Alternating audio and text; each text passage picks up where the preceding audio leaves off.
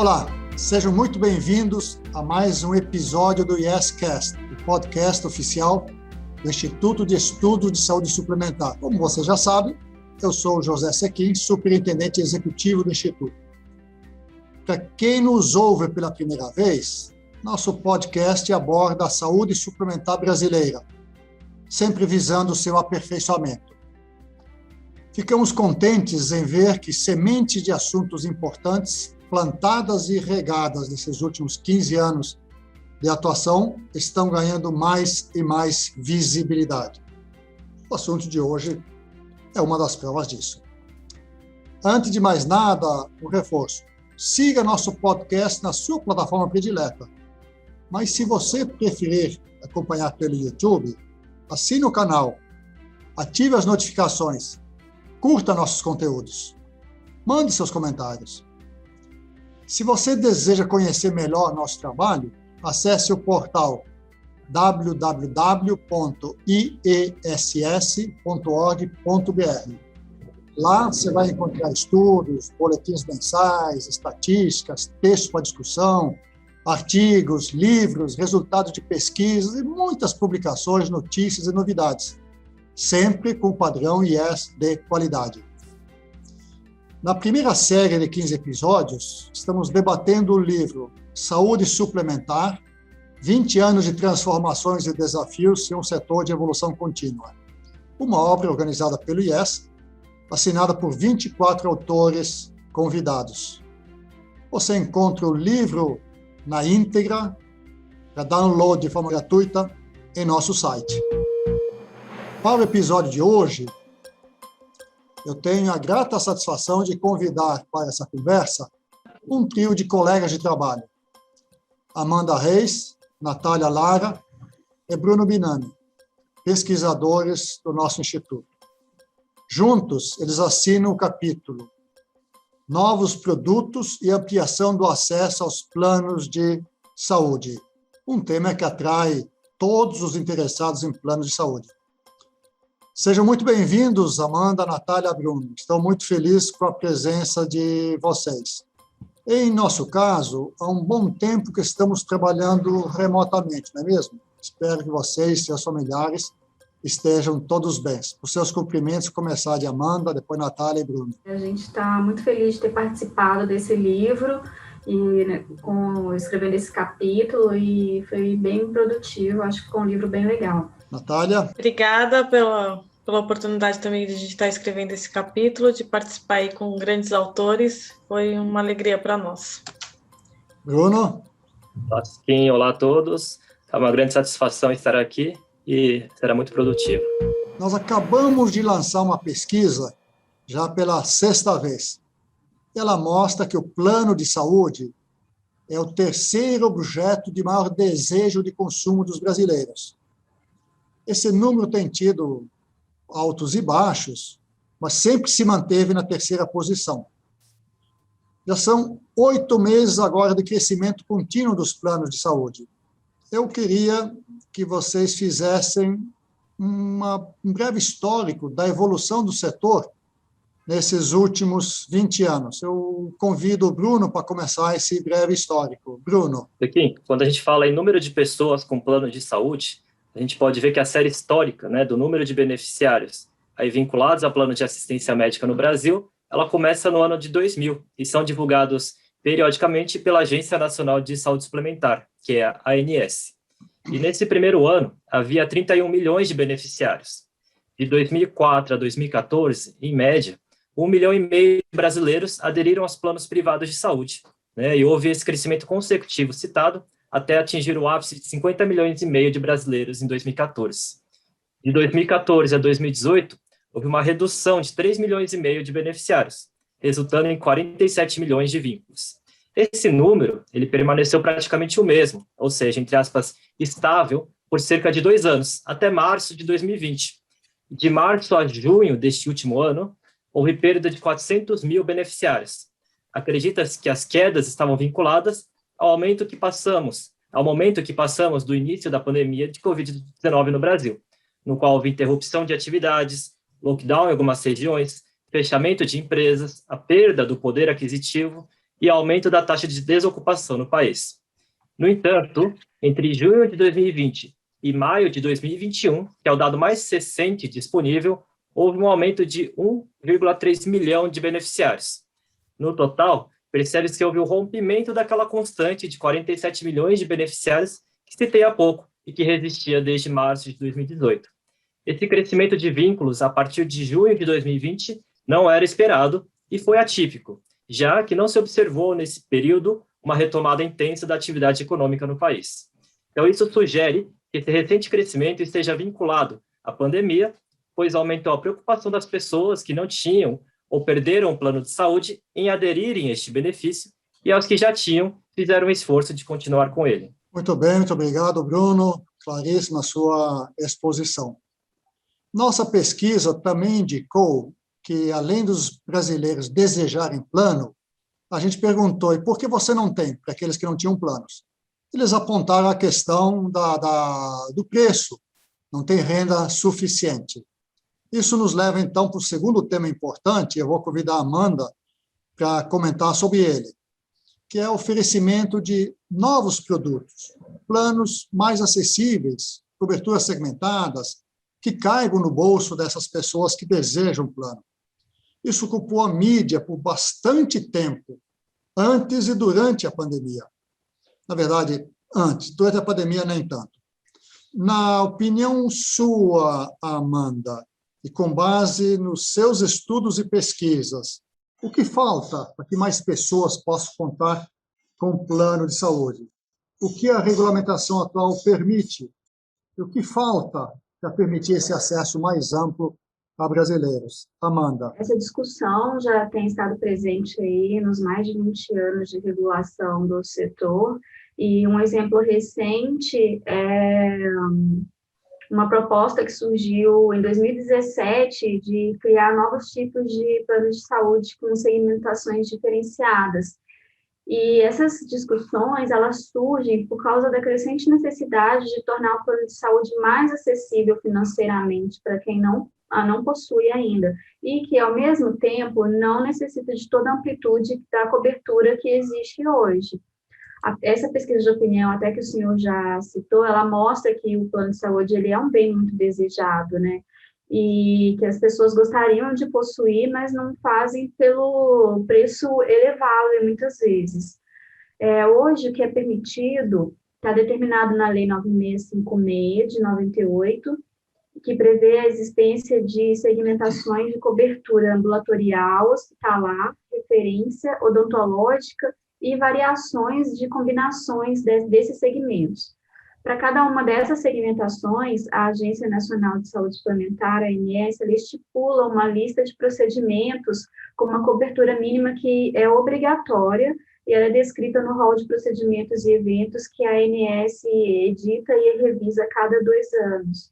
Então, partindo do que já existe hoje, uma proposta de nova segmentação necessitaria de uma adequação do rol ou de uma norma específica da ANS para que permita a criação de produtos com uma cobertura mínima, mas sem excluir tratamentos por tipo de doença. Muito bem, Amanda, obrigado pela clareza de sua exposição.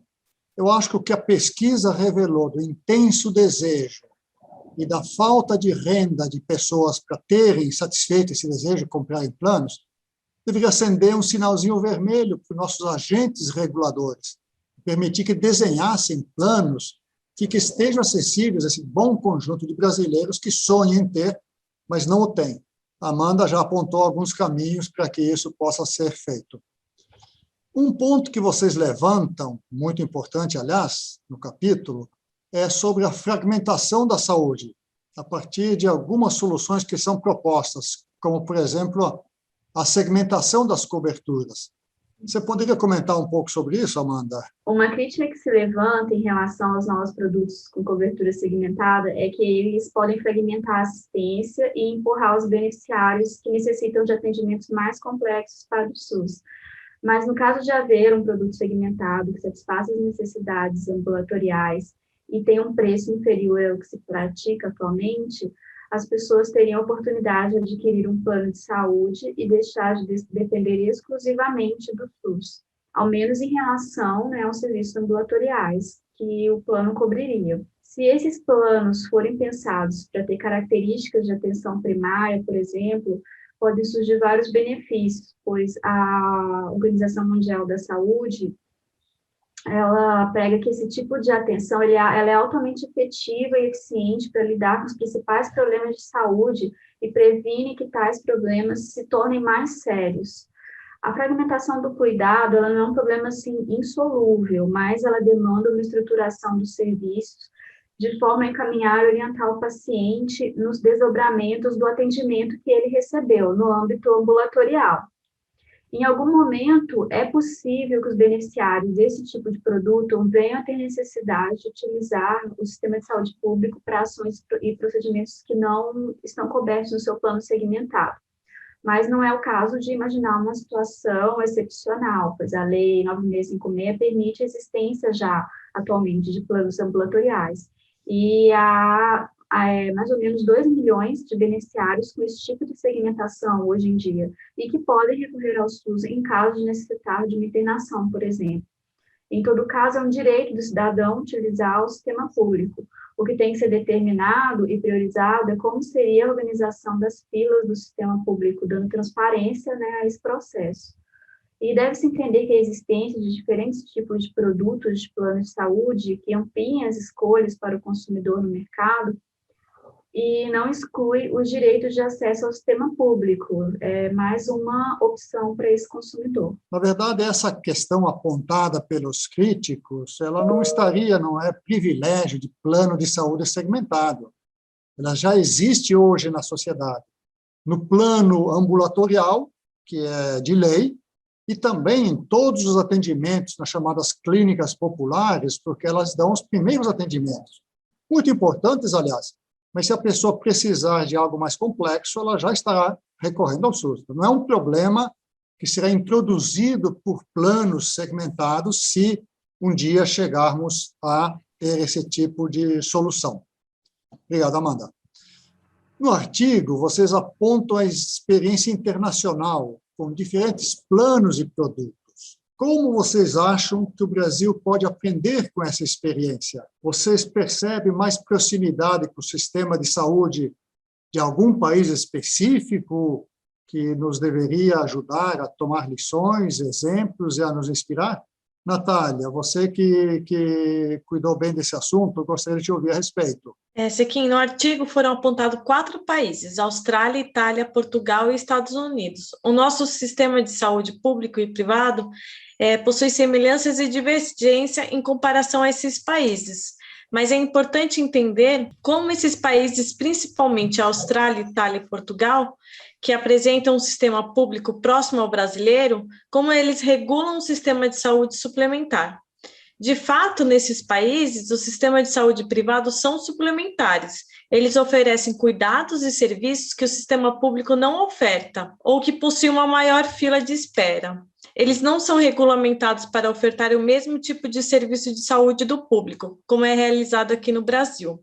Isso facilita a oferta a um plano de saúde mais acessível à população e também de acordo com a necessidade de cada indivíduo.